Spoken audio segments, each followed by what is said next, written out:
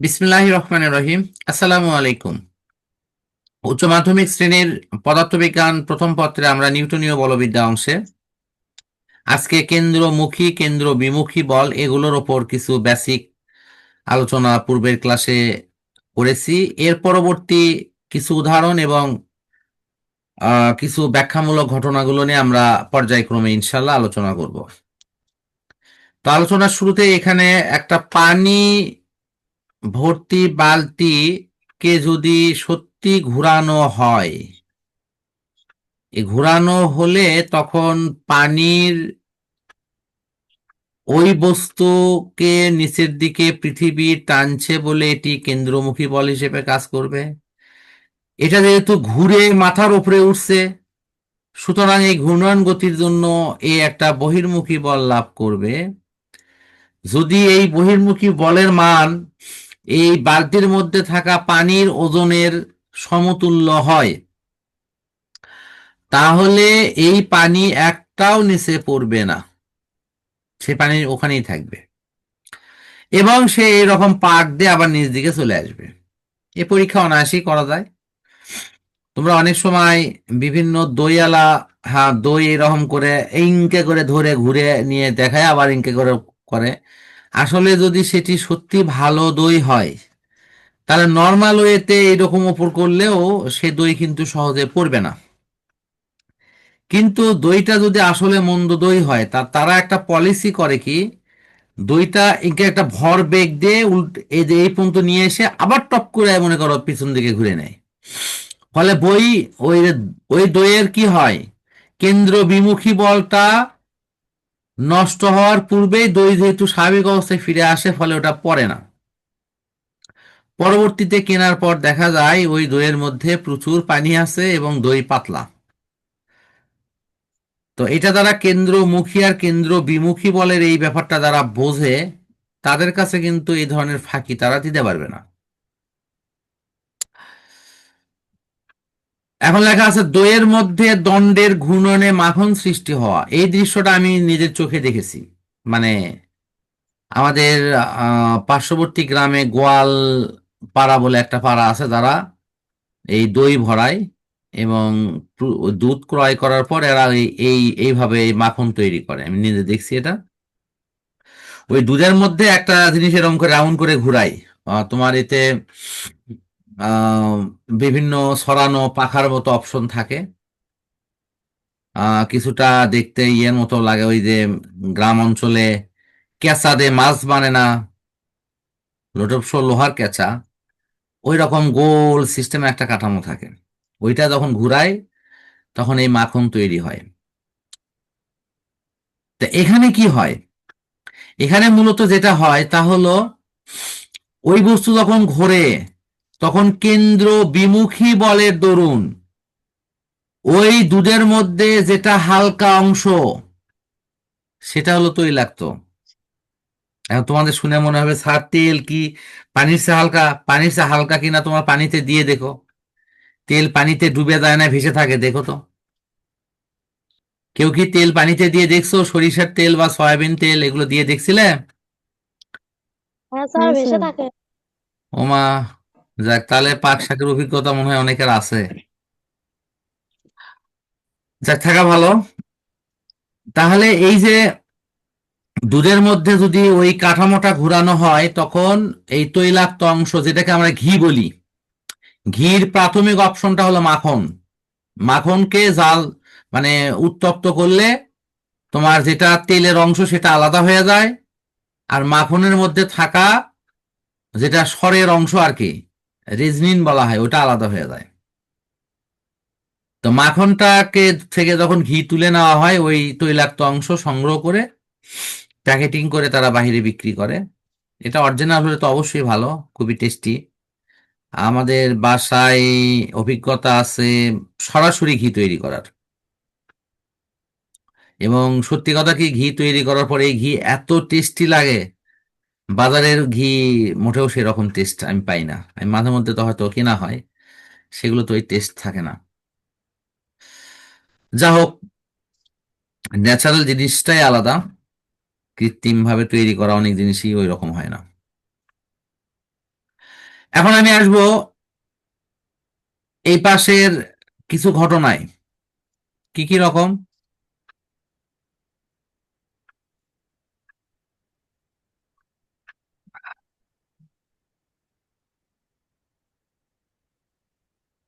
এই সমীকরণগুলো নিয়ে আমার একটু কথা আছে। যেমন লেখা আছে আলফা সমান ডিডাব্লিউ ভাগ ডিটি, এটা একটু বুঝে দেই। বা এই যে ওমেগা সমান হলো ডি থিটা ভাগ ডিটি। এখানে যারা যুক্ত আছো এই দুটা লাইন কি কেউ জানো আসলে?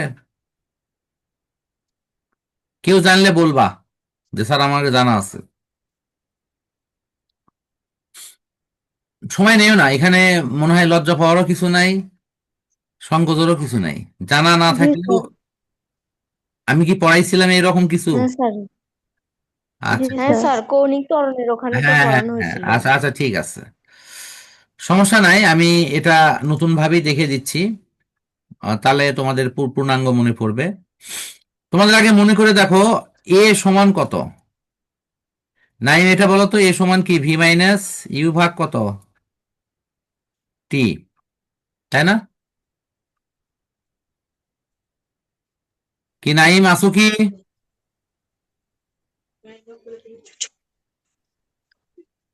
হ্যালো, হ্যাঁ নাইম কথা বলো, আনমিউট করো please. A is equal to v minus u ভাগ টি, এটা তো জানো নাকি? নাইমের এটা মনে হয় আনমিউট হচ্ছে না। আহ আচ্ছা, অন্যদেরকে জিজ্ঞাসা করি, তোমরা তো এটা জানো ভি মাইনাস ইউ ভাগ টি। হ্যাঁ স্যার। আচ্ছা ঠিক আছে। আমরা এই ভি মাইনাস ইউ কে শুধু ভি দিয়ে লিখতে পারি, ভাগ টি। হয়তো বলবো স্যার কেন? সহজ ইকুয়েশন, ইউ সমান যদি জিরো হয় দিবে। তাহলে আমরা এটা লিখতে পারি, পারি না? সূক্ষ্ম পরিবর্তনের জন্য এই ভির জায়গায় আমরা লিখবো হলো ডিভি, আর সময়ের জায়গায় লিখবো হলো ডিটি। তাহলে নর্মাল ভি আর ডিভির মধ্যে পার্থক্য কি? ডিভি হলো বেগের পরিবর্তন, আর ডিটি হলো সময়ের পরিবর্তন। আমি দুটোর একটু ব্যাখ্যা দিই। মনে করে একটা বস্তুর আদিতে বেগ ছিল 3 মিটার পার সেকেন্ড, পরে বেগ হলো 6 মিটার পার সেকেন্ড, তারপরে কত হলো 8 মিটার পার সেকেন্ড, তাহলে সর্বশেষ বেগ কত? 8। তাহলে 8 থেকে যদি 3 বিয়োগ করা হয় তাহলে এই পরিবর্তন পাওয়া যাবে, অর্থাৎ ডিভি সমান হলো ওই 8 বিয়োগ হলো 3। সবাই কি বুঝতে পারছো ওর পরিবর্তন মানে কি? Unmute hmm please. Sir. Naim কি হ্যাঁ আছো? স্যার নাইম বুঝেছি। কি শুনতে পাচ্ছ? জি স্যার, শুনতে পাচ্ছি। না তখন কথা বললে না, যে আমি তোমাকে প্রশ্ন করলাম, আনমিউট করনি। একটু হয়তো নেট আচ্ছা প্রবলেম ঠিক তো আছে, হয়তো হ্যাঁ হ্যাঁ, একবার। মানে সাথে সাথে রেসপন্স করবা, কারণ এই যে ডিভি ডিটি তোমার জন্য নতুন। তা ডিভি মানে হলো কি বেগের পরিবর্তন, ডিটি মানে সময়ের পরিবর্তন। এটা কি? যেমন একটা আমার ঘড়িতে যখন 10টা 30 বাজে তখন আমি যাত্রা শুরু করেছি। শুরুতে বেগ ছিল কত? বলে 3। শেষে বেগ হলো কত? বলে 8। যখন শেষে বেগ হলো 8 তখন ঘড়িতে বাজে ধরো 10টা 40 বাজে। তার মানে সময়ের পরিবর্তন কয় কয় মিনিট হবে? কত বলো? 10 মিনিট না? 10 মিনিট। এই ডিটি মানে হলো সময়ের পরিবর্তন। তাহলে 40 বিয়োগ 30 মানে 10 মিনিট। সবাই কি বুঝতে পারছো ডিটির অর্থ? হ্যাঁ স্যার। তাহলে আমরা যে বিষয়টাকে এই খালি টি দিয়ে লিখতেছি, তখন আমি লিখতেছি ডিটি মানে সময়ের পরিবর্তন। যেটা ভি মাইনাস ইউ লিখছি সেটা লিখতেছি ডিভিউ। এছাড়া আর এখানে কোনো কোনো অপশন নাই। এখন আমরা দেখব এই জিনিসটা কি, এটা কি? ওই যে একটু আগে যে লিখলাম এ সমান হলো ডিভি ভাগ ডিটি, এই ডিভি ভাগ হলো ডিটি, তো যখন আমি কৌণিক বেগ লিখবো তখন ওই ভির জায়গায় লিখবো কি ওমেগা।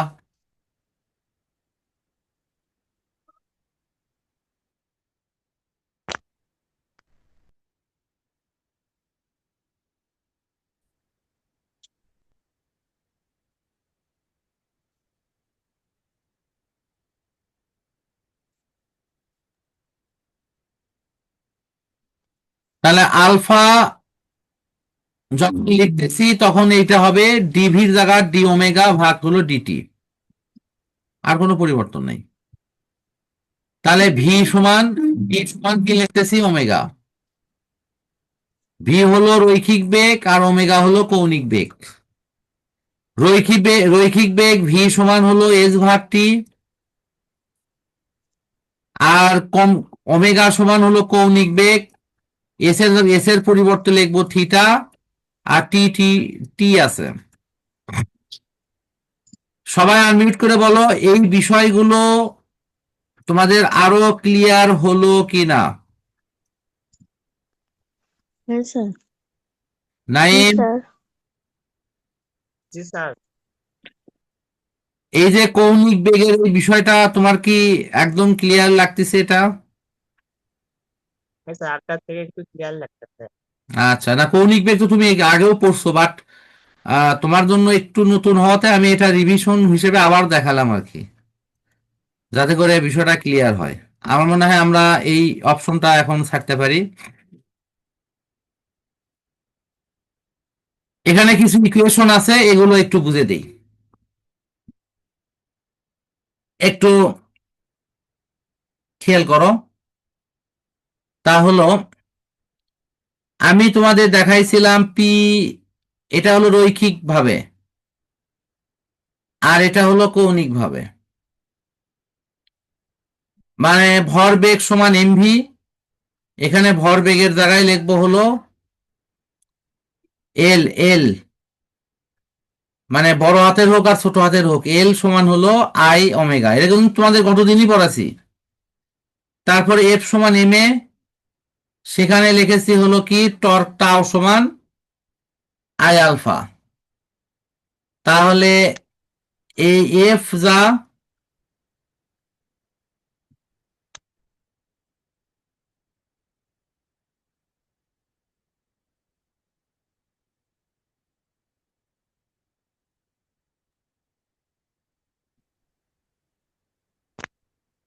এফ সমান হলো এম এ, এই এফ এর জায়গায় যখন টর্ক টাও লিখতেছি তখন লিখতেছি হলো আই আলফা।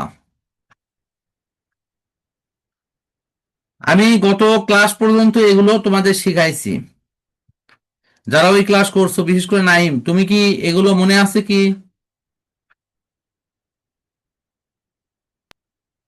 G sir. শোনো, সাথে সাথে পড়াগুলো কিন্তু পড়তে হবে। ইন্টারমিডিয়েটের সবচেয়ে সবচেয়ে খারাপ জিনিস হলো এই না পড়া। তুমি পড়বা না, দেখবে তোমার এই সমস্যা বারবারই মনে হবে যে না, এলে তো আমার কোনোদিন শিখিনি, এলে আবার কি জিনিস এলো, এই প্রবলেম কিন্তু কাজ করবে। এখন আমি এই সমীকরণগুলো একটু কম্পেয়ার করে তোমাদের পাশাপাশি লিখে দেখাচ্ছি, যাতে করে তোমরা এটা বুঝতে পারো। তোমরা বলো তো, আমরা লিখিনি s is equal to u t plus হলো হাফ এটি স্কোয়ার, এটা তো আমরা জানি নাকি? জানি কি না? হ্যাঁ স্যার। হ্যাঁ স্যার। হ্যাঁ আচ্ছা, স্যার। ফাইন। তোমাদের এই বইতে এই জিনিসই আছে। কিভাবে লেখা আছে? এই এস এর জায়গায় আছে হলো x minus x dot, x minus x dot is equal to u এর জায়গায় লেখা আছে ভি নট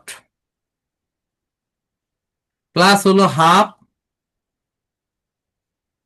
ঠিক আছে, এটি স্কোয়ার, আর কিচ্ছু নাই, এই পরিবর্তন করা আছে। এখন এখানে একটা চালাকি করা হচ্ছে কি, চালাকিটাও বলি। এই যে এক্স মাইনাস এক্স নট যে লেখা আছে, এই মাইনাসটাকে এই পাশে পার করে দিয়ে দেখো, দেখো এক্স নট লিখে এরকম করে লেখা আছে। এখন তো বলবা sir x minus x not এটার মানে কি? এইটার মানে কি সবাই বুঝতে পারছো? না বুঝলে একটু সাহস করে বলো, স্যার একটু বুঝিয়ে দিলে ভালো হয়। আমি বুঝে দেবো, সমস্যা নাই।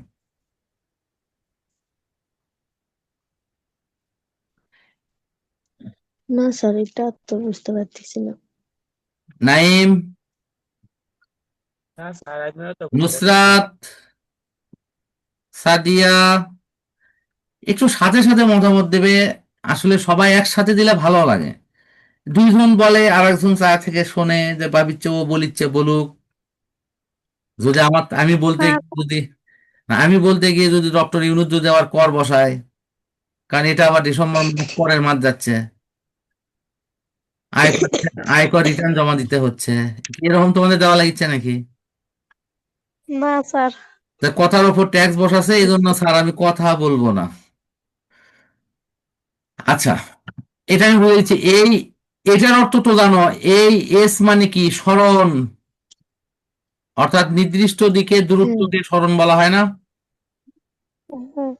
মনে করো এক্স অক্ষর দিকে, এক্স অক্ষের আদি অবস্থান এক্স নট, শেষ অবস্থান এক্স। একটু মান দিয়ে লিখি। আদি অবস্থান মনে করো 0, শেষ অবস্থান হলো 15। তাহলে এই এস মানে কি? ওই যে দেওয়া আছে কত, এক্স বিয়োগ কি এক্স নট সমান কি হবে? 15 বিয়োগ হলো 0, তাই হবে না? সমান 15। তাহলে এই যে এক্স মাইনাস এক্স নট যে লেখছে, এটা তো আসলে ওই এসও যায়, এটাও তাই না? Unmute please.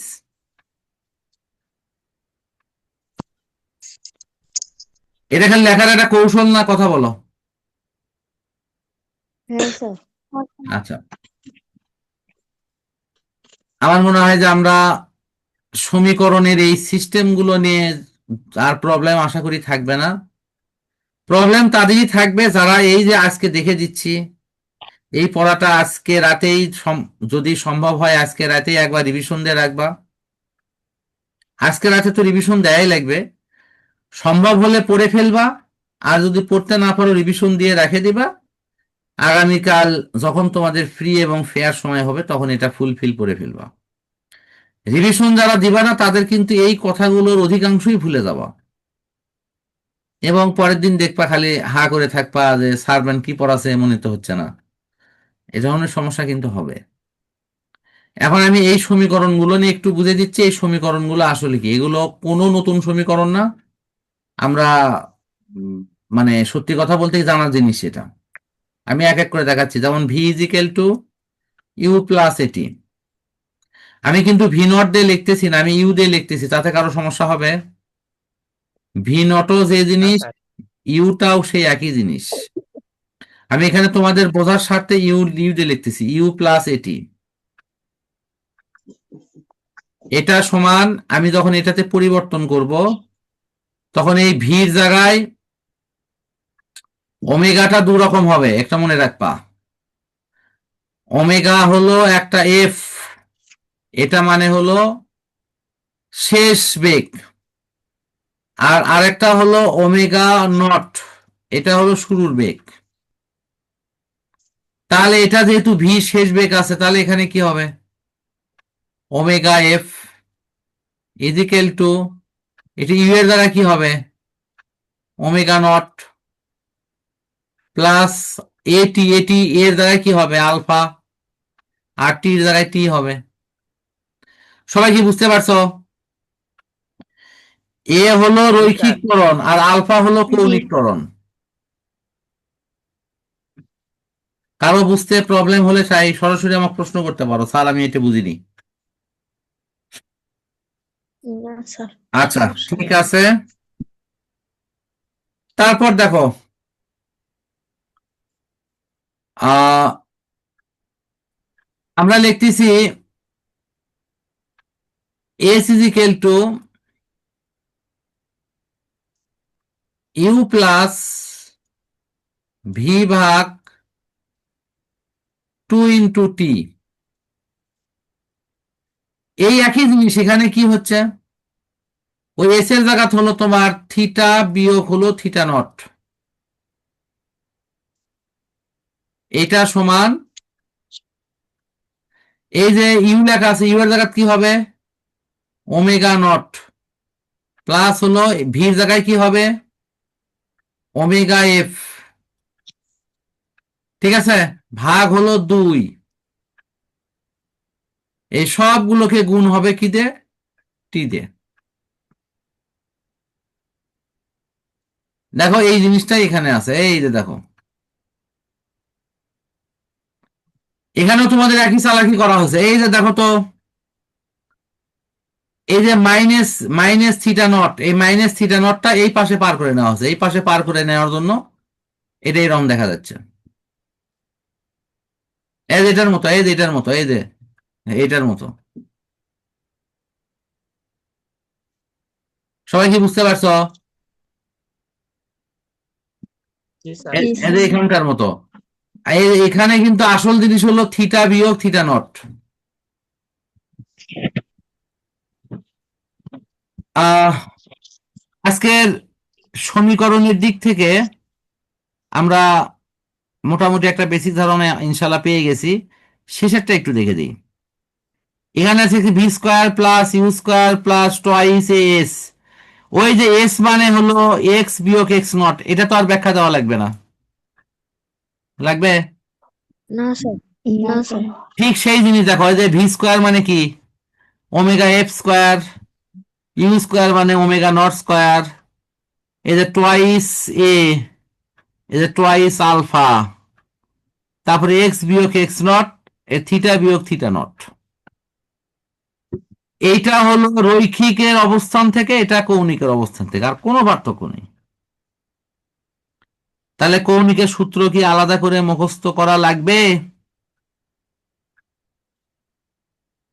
না স্যার। তাহলে কৌণিকের আমি কি কি আয়ত্ত করব বলো তো?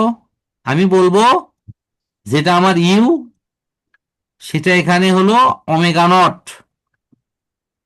ঠিক আছে, আমার যেটা কি ভি, সেটা এখানে ওমেগা এফ। আমার যেটা এখানে এ, সেটা এখানে কি আলফা। টি টি আছে, ওটার কোনো পরিবর্তন নাই। আর কি থাকলো? এস। এস হলো আমি এখানে এভাবে লিখবো, ওই যে থিটা বিয়োগ থিটা। তার মানে আমি কি, এই বিয়োগটা কি রকম ভাবে হবে? পলিসি হলো সবসময়ই শেষেরটার থেকে প্রথমটা বিয়োগ। প্রথমটা লেখা হয় থিটা নট, আর শেষেরটা হলো শুধু থিটা। আমি এখানে থিটা দেখানো লিখতেছি, আমার এখানে দূরত্ব হলো কৌণিক। কৌণিকের বেলায় কোণ উৎপন্ন হয়, আর কোণের ক্ষেত্রে আমাদের সরল রাশি হলো থিটা। সবাই কি আমার কথা বুঝতে পারছো? হ্যাঁ স্যার। কোণ যে থিটাতে লেখা, এটা তোমার ত্রিকোণমিতি করণ, কস থিটা সাইন থিটা, এগুলো কি? থিটা মানে কি? কোণ। হুম।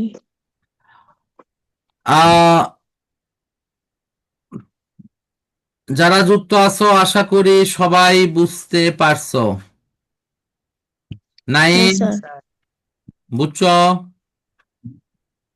স্যার। আজকে আমরা লিফটের ওপর কাজ শুরু করে রাখবো। লিফটের পড়া তোমরা সামনের দিন ইনশাল্লাহ ক্লিয়ার ভাবে আরো ব্যাখ্যা দিয়ে বুঝাই দেব, কিন্তু আজকে লিফটের কাজটা শুরু করে রাখি। দেখো, লিফটের প্রতিক্রিয়া আপাত ওজন, এই বিষয়টার উপরে এখানে ব্যাখ্যা বিশ্লেষণ করে ডিটেলস লেখা আছে। তা আমরা আজকে শুরুটা করব কি, আমরা একটু বোঝার চেষ্টা করব লিফট কিভাবে কাজ করে এবং এর উপর কি প্রশ্ন আছে। যদি আজকের এই পড়াটা সুন্দরভাবে বোঝো, তাহলে লিফটের এই প্রতিক্রিয়া নিয়ে যত প্রশ্ন আসুক পরীক্ষায়, বিশেষ করে নৈর্ব্যক্তিক, ইনশাল্লাহ সব সলভ করতে পারবা।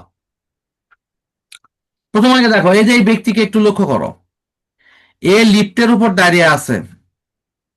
তোমরা বলো তো, এর ওজন বল কি খাড়া নিচের দিকে কাজ করবে না? বলো, করবে কিনা? হ্যাঁ স্যার। আর হ্যাঁ এই স্যার। এই ওজন বলের জন্য লিফটের মেঝে থেকে একটা প্রতিক্রিয়া বল খাড়া উপরের দিকে কাজ করবে না?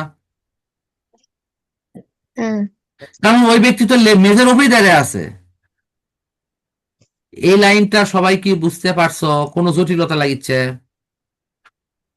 না না স্যার। স্যার অন্যরা একটু মতামত দাও, জটিলতা, কোনো জটিলতা লাগতেছে কি?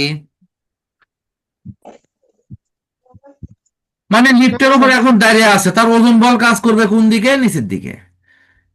তাহলে ওই লিফট থেকে প্রতিক্রিয়া কাজ করবে কোন দিকে? উপরের দিকে। এখানে কোনো জটিলতা কারো লাগতেছে কিনা? যদি লাগে থাকে তাহলে তাই বলতে পারো, স্যার আমার এই জায়গা বুঝিনি। না স্যার বুঝেছি। এলে তোমরা তো আশা করি সবাই মনে হয় মানে কোনো একটা চেয়ার বা টুল বা এই জাতীয় কিছুর উপর বসে ক্লাস করতেছো। তো তোমরা যার উপর বসে আছো সেটা কি তোমার ওজন বল কোন দিকে কাজ করবে? নিচের দিকে। আর ওই যে আচ্ছা। চেয়ার বা টুল থেকে তোমার ওজনের বিপরীত দিকে কি করবে? প্রতিক্রিয়া কাজ করবে না? হ্যাঁ কোনো জটিলতা লাগছে কি কারো বুঝতে? না স্যার। না স্যার। হ্যাঁ, তাহলে এইটুকু বুঝলেই হবে। আজকের বুঝ হলো যে আমি লিফটে গিয়ে দাঁড়ালে আমার ওজন কাজ করবে নিচের দিকে, আর এই ওজনের প্রতিক্রিয়া কাজ করবে উপরের দিকে।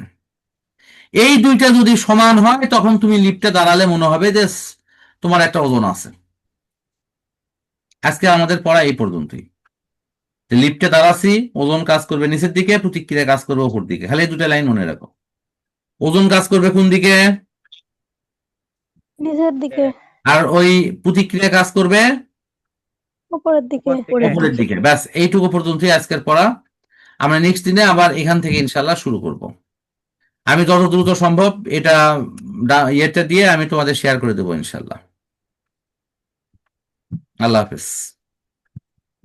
আসসালামু আলাইকুম। আসসালামু আলাইকুম স্যার। আসসালামু আলাইকুম স্যার। সবার সুস্থতা কামনা করে বিদায় নিচ্ছি। আল্লাহ হাফেজ।